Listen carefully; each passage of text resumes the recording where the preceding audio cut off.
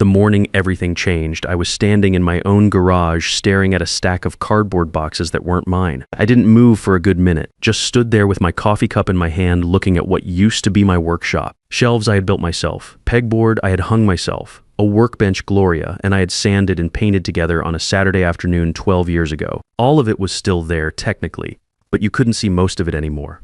Cardboard boxes were stacked from the floor, almost to the ceiling along the entire back wall. A folding table sat in the corner with a printer on it and a laptop open next to a stack of bubble wrap. There were shipping labels printed and stacked near the door. My name is Harvey Hartwell. I'm 66 years old. I spent 34 years as a licensed electrician in Columbus, Ohio, before I retired. I wired new houses, rewired old ones, and did commercial work on the side when the schedule allowed. I know how to build things, and I know how to fix things, and I know how to look at a space and understand exactly what belongs there and what doesn't. That garage was mine. Every shelf, every hook, every labeled bin. My late wife Gloria helped me design the workshop side. We talked about what we'd make in there together once I retired. She didn't live long enough to see that happen. But the space was still hers as much as it was mine, and somebody had turned it into a shipping depot without once asking me. I went inside. I poured the rest of my coffee down the sink. I didn't say a word to anyone, not yet, but I made a decision that morning. I was done waiting for things to get better on their own. Let me tell you how we got there, because none of this started with the garage. My daughter, Nadine, is 32. She's a registered nurse at a hospital on the east side of Columbus, works long shifts, takes it seriously. The kind of person who remembers details about her patients that most people wouldn't bother to keep track of. I have been proud of her since she was about 4 years old, and I don't expect that to change. After her mother passed from cancer 5 years ago, Nadine and I got closer in the way that grief sometimes pulls people together. She called more. She visited more. We figured out how to be a smaller family without falling apart. She met Clifford Pruitt about 3 years ago. He's 36, works in real estate sales, knows how to walk into a room and make people feel like he was looking forward to seeing them specifically. First time I met him, he shook my hand and said, "Nadine talks about you all the time, Harvey. I've been looking forward to this." Good eye contact, firm handshake. Remembered my coffee order from one mention in passing. I told myself I was being cautious for no reason. Nadine was happy, and that was what mattered. They got married last spring in a small ceremony outside the city.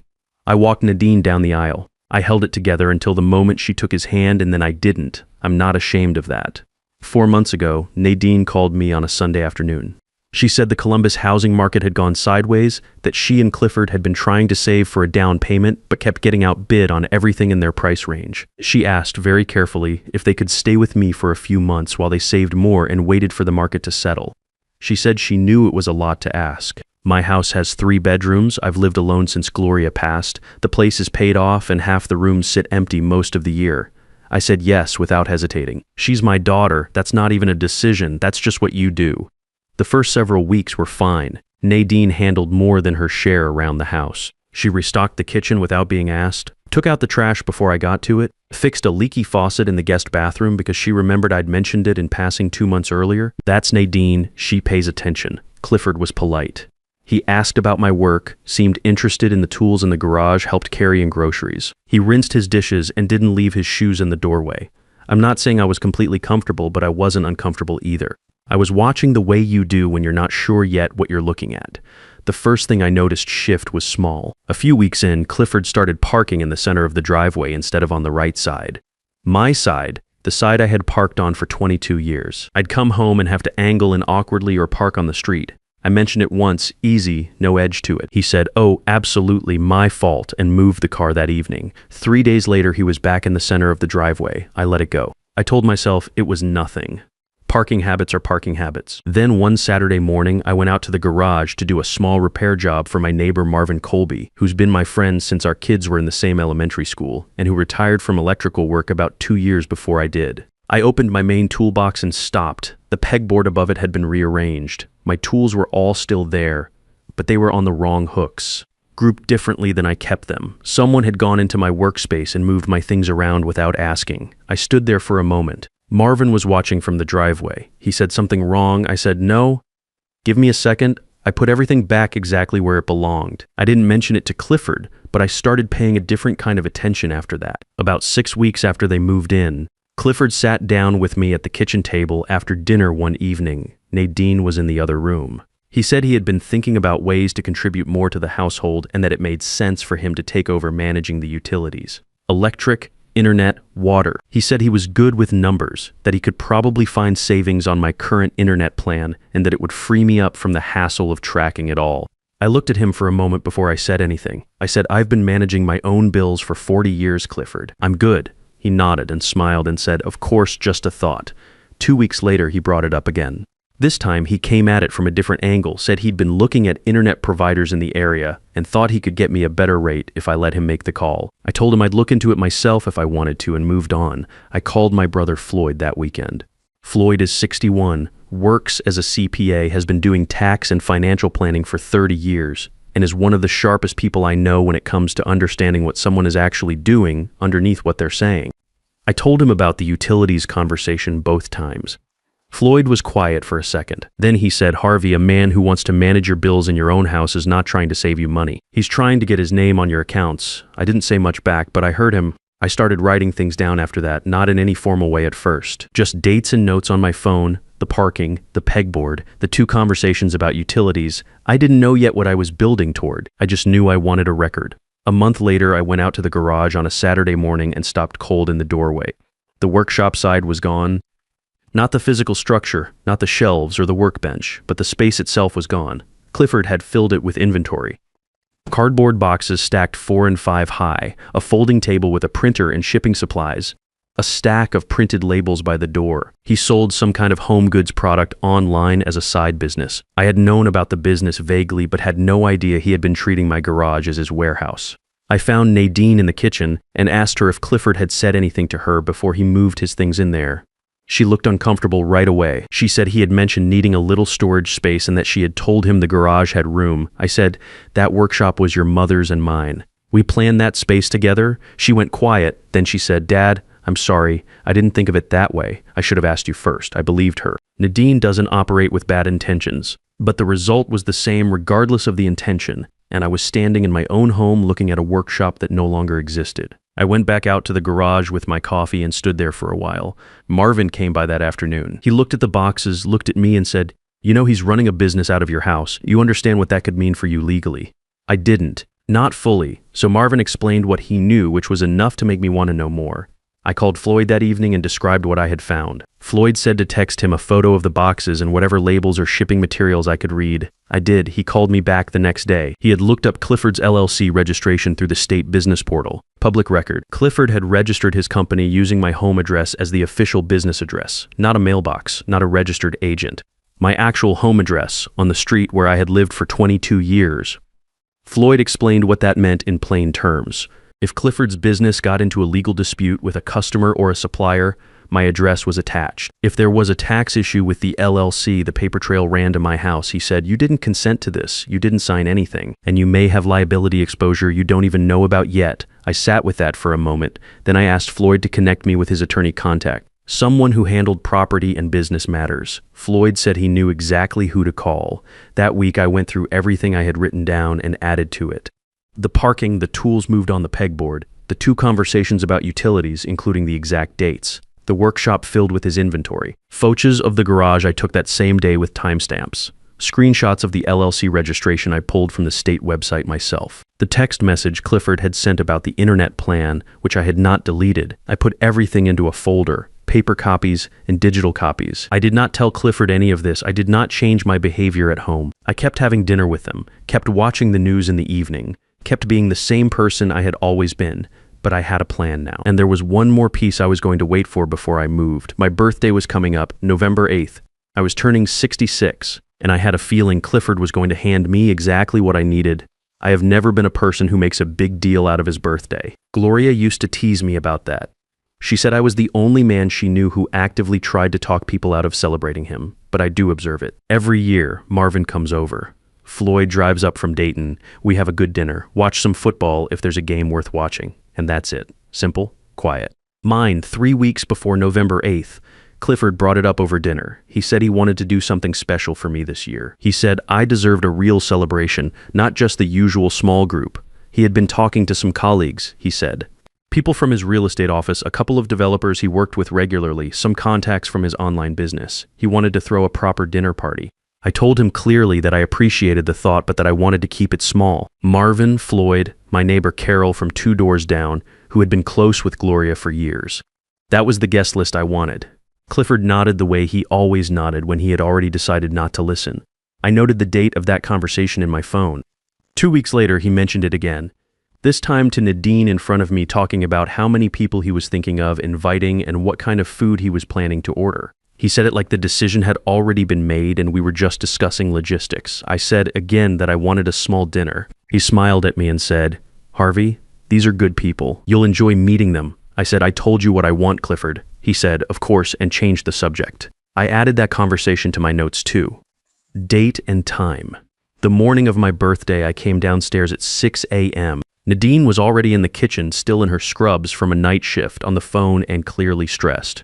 Grocery bags covered every inch of the counter. She put her hand over the phone and told me Clifford had finalized the guest list at 35 people and they were arriving at 7 that evening. I stood in the doorway of my own kitchen and looked at those bags. 35 people in my house on my birthday, after I had told him twice clearly that I did not want this. And from what Nadine told me in the next few minutes, the guest list was almost entirely Clifford's contacts. Developers he was trying to close deals with, buyers he wanted to stay in front of. A couple of people from his online business network. He had taken my birthday and turned it into a networking event. He had taken my house and turned it into his venue. I went back upstairs. I sat on the edge of the bed and looked at the window for a minute. Gloria had a saying she used when someone was pushing past a line they had been shown clearly. She would say, "Harvey, don't let anyone take what you built." She said it to me more than once over the years, usually when I was being too patient about something that didn't deserve my patience. I heard her say it sitting there on that bed as clearly as if she were in the room with me. I came back downstairs. Clifford had come down and was in the kitchen looking at something on his phone. Nadine was still on a call. I said, "Cancel it." Clifford looked up. He had that composed expression he used when he thought I was being unreasonable. He said, "Harvey, these people have already cleared their evening." "The food is being delivered at 4, I said, "Cancel it." He set his phone down on the counter and looked at me with something different in his face then. Not the easy confidence he usually carried, something harder underneath it. He said, "Your opinion doesn't matter here. This is happening in my kitchen, in my house." At my address that he had put on his LLC without asking me, I didn't raise my voice. I walked to the front door and opened it. I held it open and looked at him and didn't say anything. Nobody moved for a few seconds. The kitchen was completely quiet except for Nadine's voice low on her phone in the corner. Then Nadine ended her call. She looked at Clifford. She looked at me. She looked at the open door. She said quietly, "Clifford, cancel it." Something shifted in the room when she said that. Clifford looked at her for a moment. Then he picked up his phone and started making calls. I closed the front door. I went to the kitchen and poured myself a fresh coffee. I didn't say anything else about it. That night we had 4 people at my table: Marvin, Floyd, Carol, and Nadine. Floyd brought a pecan pie. Carol brought a bottle of red wine she said Gloria had recommended to her years ago, and she had been saving for a good occasion. Marvin told a story about the worst job we ever worked together. A rewire in an old Victorian in Clintonville where nothing was up to code and everything we found made it worse. And we laughed the way you laugh at something that was only funny in retrospect. It was a good evening, the right evening. Clifford sat at the far end of the table. He ate quietly, answered when someone spoke to him, and did not look at me directly for most of the night. I had expected to feel some satisfaction about that. I didn't, particularly. I just felt like I was finally sitting at my own table. 2 days after my birthday, I asked both of them to sit down with me at the kitchen table after dinner. No preamble, just ask them to sit. I had the folder in front of me. I did not open it right away. I started by telling them, in order, everything that had happened since they moved in. The parking, the tools rearranged on the pegboard, the 2 conversations about utilities, the dates of both, the workshop filled with inventory without asking. The birthday, both times I said no and was ignored. I kept my voice level. I wasn't angry, or at least I wasn't performing anger. I had been through all of it enough times in my head that it came out organized. Clifford started to say something after the part about the workshop. I held up one hand and said, "I'm not finished." I told them about the LLC registration. I watched Clifford's face when I said that. The composure held for a second, and then something shifted under it, a small tightening around the eyes. He knew I had found it. I said, "You registered your business to this address, my address." Without telling me, without asking me, Floyd looked it up. "It's public record." Clifford said, "Harvey, that's just a formality. It doesn't mean anything practically." I said, "It means something to me legally. My brother is a CPA. I've spoken to an attorney. They disagree with your assessment." I opened the folder then. I slid a copy of everything across to Nadine. Not to Clifford, to Nadine, the time-stamped photos of the garage, the screenshots of the LLC registration with my address, Floyd's written summary of the liability exposure, the printed text thread where Clifford had pushed twice about taking over the utilities. I let her read it. I didn't rush her. The table was quiet. Clifford said, "This is a bit much, don't you think?" I didn't answer him. I was watching Nadine. She read slowly. She went back to the LLC page and looked at it again. She looked at the dates on the photos. She set the papers down and looked at her husband and did not say anything for a moment. That silence told me something I had been wondering about for weeks, which was whether she had known more than she let on or whether she had genuinely not seen it clearly. What I saw on her face in that moment was not guilt. It was recognition. She was seeing the full picture for the first time, laid out in order, and she was understanding it the same way I had understood it when Floyd walked me through it. I slid the last document across the table. The attorney had drafted a formal notice. It stated that Clifford's right to occupy the property would terminate in 60 days from the date of the letter. It required that the LLC registration be updated to remove my address within 30 days, or I would file a formal complaint with the Ohio Secretary of State's Business Registry. It was 2 pages, clean and professional, with the attorney's letterhead at the top. Clifford read it. His jaw tightened. He said, "You had an attorney draft this? Against your own family," I said. "Against someone who put my home address on a business filing without my consent. The family part was your job to consider before you did that." He looked at Nadine. She was still looking at the papers in front of her. He said, "Nadine." She looked up at him. She said, "Did you know this could create a problem for my dad?" He said, "It's not a real problem. It's bureaucratic." She said, "Floyd thinks it's a real problem. His attorney thinks it's a real problem." She paused. "Did you ask my dad before you put his address on those forms?" Clifford didn't answer that. Nadine looked at me. She said, "Dad, can Clifford and I have some time to talk?" I said, "Take all the time you need." I picked up my folder and my coffee and went out to the garage. I stood in the workshop space for a while. The boxes were still there, the folding table, the printer, the shipping labels. I looked at the workbench Gloria and I had built and thought about the afternoon we spent doing it. She had been particular about the height. She looked up the ergonomic recommendations and we adjusted it twice until she said it was right. She was right about most things she took the time to research. I didn't feel triumphant standing there. I didn't feel much of anything in particular. I felt like a man who had done what needed doing and was waiting for the result. Marvin texted me from next door. He said, "How'd it go?" No question mark. That's how Marvin texts. I wrote back, "Done." "Waiting," he wrote back, "Good man." I stayed in the garage until I heard the back door open. Nadine came out alone. She stood next to me and looked at the boxes for a moment and then looked at the workbench. She said, "I remember when you and Mom built that." I said, "She picked the height." Nadine almost smiled. Then she said, "We'll be out before the deadline, Dad. I'll make sure of it." I nodded. She put her hand on my arm for a second and then went back inside. I stood there a while longer in the quiet of the garage, in the space that was still mine underneath everything that had been stacked on top of it, and I drank the rest of my coffee. They were out in 5 weeks, didn't need the full 60 days, found a rental in Westerville with enough space and a short commute to Clifford's office. Floyd confirmed the LLC registration was updated within 3 weeks. My address was removed. The paper trail no longer ran to my house. The morning after they left, I got up before the sun, made coffee, walked out to the garage in the cold and hit the light switch. The workshop side was empty, all the way empty down to the clean concrete floor. No boxes, no folding table, no printer. Just the shelves I built, the pegboard with every tool in its right place, and the workbench Gloria and I had spent a Saturday afternoon getting exactly right. I pulled up a stool and sat down with my coffee and didn't do anything for a while, just sat there in the quiet. The kind of quiet that a space has when it belongs to you again and you can feel it. I thought about the whole thing from the beginning. The parking, which I had told myself was nothing. The tools on the wrong hooks, which I had told myself was an accident. The utilities conversation, which I had let go twice. The workshop filling up with boxes while I kept my mouth shut because I didn't want to make things difficult for my daughter. The truth is, I had seen every one of those things clearly when they happened. I understood what they were. I just kept deciding it wasn't the right moment to say something. And every time I made that decision, I taught everyone in that house that the next thing would be allowed too. That's the part that stayed with me sitting in the garage that morning, not what Clifford did, what I allowed. I'm not saying I was wrong to let Nadine move in. I'd do that again without hesitating.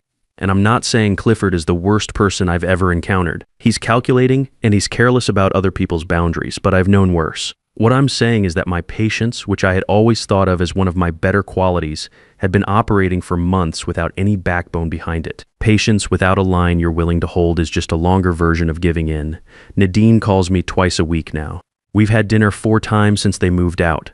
Last month, she showed up on a Saturday morning by herself, and we spent a few hours reorganizing the garage together. She knew where most of the tools belonged from helping me out there when she was a kid. We didn't talk about Clifford much. We talked about Gloria, about the workbench, and how her mother had looked up the measurements 3 different times before she was satisfied. That was a better conversation than anything we'd managed in the months they were living here. I think what happened underneath all of it is that I had confused being a good father with being an easy one.